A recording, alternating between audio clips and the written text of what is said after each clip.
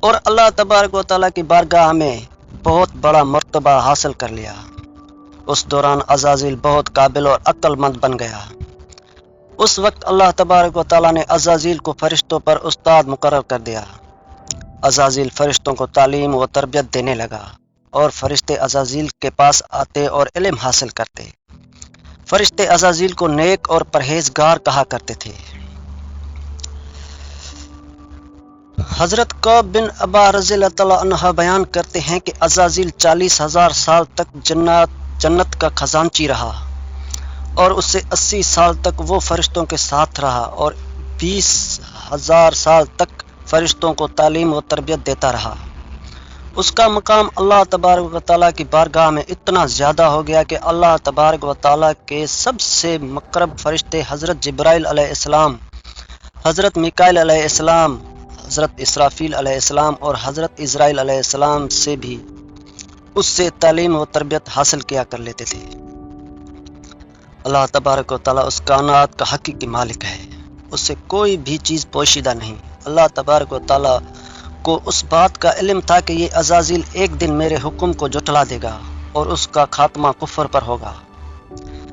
چنانچہ ایک دن عزازیل کا گزر لوح محفوظ کے قریب سے ہوا تو عزازیل نے لوح محفوظ پر دیکھا جس پر لکھا ہوا تھا کہ میں شیطان مردود سے اللہ کی پناہ مانگتا ہوں۔ اس تحریر کو پڑھنے کے بعد تقریباً 2000 سال تک عزازیل روتا رہا اور اللہ تبارک و تعالیٰ کی عبادت میں مصروف رہا۔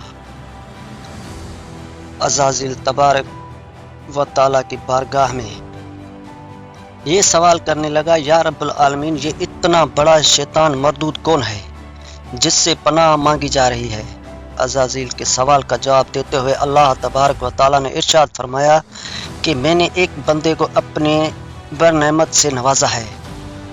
وہ بندہ ایک دن میرے حکم کو ماننے سے انکار کرے گا جس کی وجہ سے اس کی ساری عبادت ضائع ہو جائے گی اور وہ شیطان مردود بن جائے گا۔ اللہ تبارک و تعالیٰ کا یہ فرمان سننے کے بعد عزازیل ہر وقت یہ سوچتا رہتا کہ وہ شیطان مردود کون ہوگا۔ چنانچہ عزازیل نے اللہ تبارک و تعالیٰ سے کہا کہ یا رب العالمین، میں اس شیطان مردود سے ملنا چاہتا ہوں۔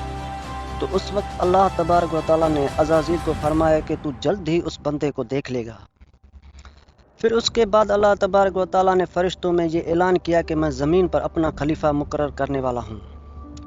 عزازیل کو جب اس بات کا علم ہوا کہ اللہ تبارک و تعالیٰ ایک ایسے انسان کو پیدا کرنے جا رہا ہے جس کے پتلے کو بنانے کے لیے آسمانوں اور زمینوں سے مٹی کو اکٹھا کیا جا رہا ہے، چنانچہ جب اللہ تبارک و تعالیٰ نے حضرت آدم علیہ السلام کے پتلے کو تخلیق فرما لیا تو اس پتلے کو 40,000 سال تک اسی طرح پڑا رہنے دیا، اس میں جان نہ ڈالی گئی۔ چنانچہ جب فرشتے حضرت آدم علیہ السلام کے پتلے کے قریب سے گزرتے تو بہت حیرت زدہ ہو کر اس کو دیکھتے، اور جب عزازیل کا گزر حضرت آدم علیہ السلام کے پتلے کے قریب سے ہوتا تو یہ نفرت کی وجہ سے حضرت آدم علیہ السلام کے پتلے کو اذیت دیتا، کیونکہ عزازیل یہ سمجھتا تھا کہ اللہ تبارک و تعالیٰ کے خلیفہ بننے کے لائق صرف میں ہی ہوں۔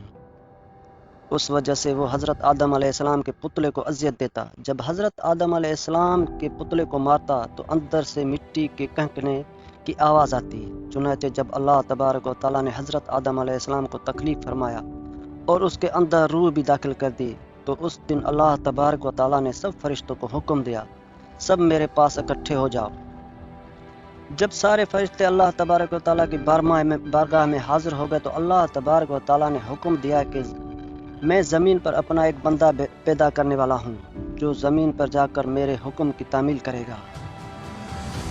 تو اس وقت فرشتوں نے اللہ تبارک و تعالیٰ کی بارگاہ میں عرض کیا کہ یا رب العالمین، یہ بندہ زمین پر جا کر تیرا نافرمان ہو جائے گا، ہم تو ہر وقت عبادت میں مصروف رہتے ہیں۔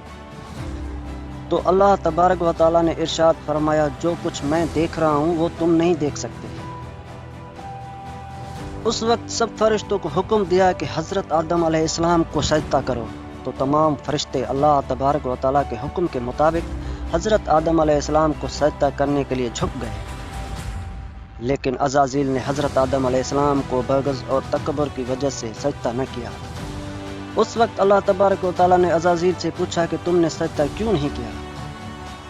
اس وقت عزازیل تکبر اور غرور میں آ کر بولنے لگا، اے رب العالمین، تو نے مجھے آگ سے پیدا کیا اور اس پتلے کو مٹی سے بنایا، میں اس مٹی کے پتلے سے کئی درجے بہتر ہوں۔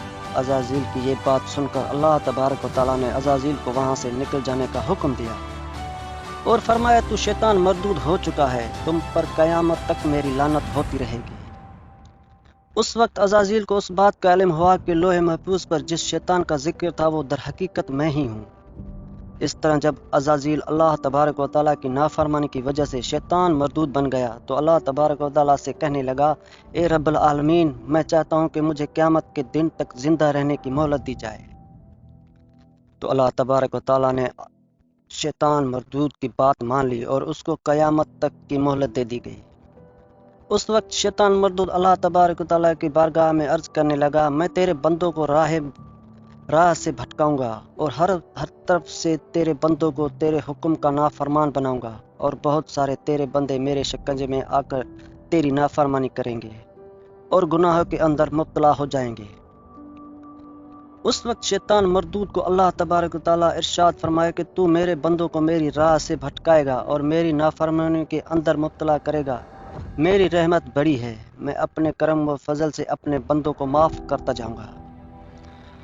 اس طرح غرور اور تکبر سے عزازیل شیطان مردود بن گیا اور اللہ تبارک و تعالیٰ نے لعنت کا توق اس کے گلے میں ڈال کر اس کو آسمان سے نیچے پھینک دیا، اور اس طرح شیطان مردود ہمیشہ ہمیشہ کے لیے اللہ تبارک و تعالیٰ کی رحمت سے دور ہو گیا۔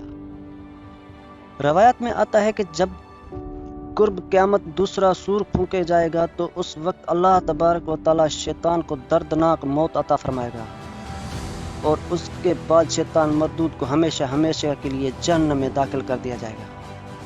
اللہ تبارک و تعالیٰ سے دعا ہے کہ اللہ تبارک و تعالیٰ ہمیشہ اپنی فرمانبرداری میں زندگی گزارنے کی توفیق عطا فرمائے، اور شیطان مردود کے شر سے ہمیں، ہمارے اہل و عیال اور تمام امت مسلمان کو محفوظ رکھے، آمین یا رب العالمین۔